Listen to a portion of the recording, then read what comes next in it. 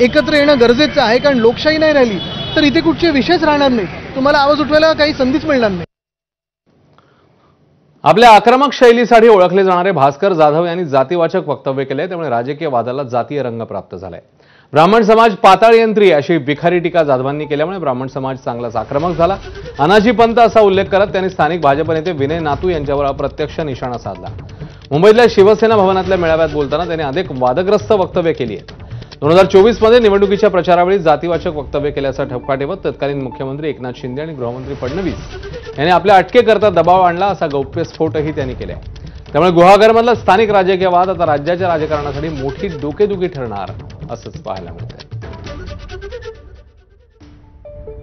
ते आज नेत्यांचे फोन सांगत नाही, त्यावेळेला एकनाथ शिंदेच मुख्यमंत्री होते, वरून सगळ्या नेत्यांचे फोन गृहमंत्री देवेंद्र फडणवीस होते, वरून सगळ्यांचे फोन येत होते, कोणाला एसपीना त्यांना अटक करा। त्यांनी सांगितलं ज्या दिवशी एवढा जरी पुरावा सापडला तर मी अटक करेन, पण एवढाही पुरावा नाही। मराठ्यांनी जर मनावर घेतलं तर गावामध्ये नक्कीच मराठ्यांना मानणारा वर्ग आहे, ब्राह्मणांपेक्षा मराठ्यांना मानतात, म्हणतात काय हो मराठ्यांनो,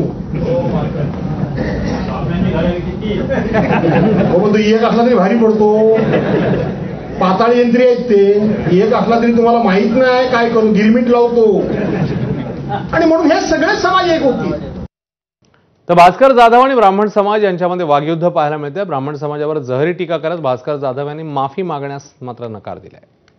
त्यांचे फॉलोअर्स का सोडून गेले, त्यामुळे काय झालं आणि त्यांच्याबरोबर किती झाले हा विषय राहिला बाजूलाच, पण त्याच्याहून विषयच तिसरीकडे न्यायचा आणि जातीतली तेढ निर्माण करायची, त्यामुळे एक जात घाबरून आपल्या पाठीमागे उभी राहील असा एक केविलवाणा प्रयत्न यातनं दिसून येतो।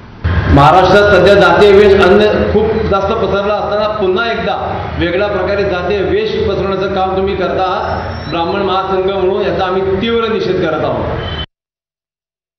कालचा माझ्या भाषणाचा रोख हा गुहागर मधल्या बहुसंख्य ब्राह्मण समाजावरच होता, जो होता तो होताच, मी नाही म्हणणार नाही। ब्राह्मण समाज म्हणून मला पत्र का दिलं, तुम्ही पक्ष म्हणून पत्र द्यायचं, मग मी पण मराठा समाजामध्ये जन्माला आलेलो आहे, माझ्या समाजाचा स्वाभिमान नाहीये, मराठा समाजाला काय मान सन्मान नाहीये, आणि म्हणून द्वेष पसरवायचं काम हे ब्राह्मण समाजानं गुहागर तालुक्यातल्या समाजाच्या वतीनं पत्र देऊन केलं। स्वातंत्र्य दिनाच्या तोंडावर महायुतीमधल्या पालकमंत्री पदाच्या वादाने आता डोकं वर काढलंय। रायगडमध्ये स्वातंत्र्य दिनी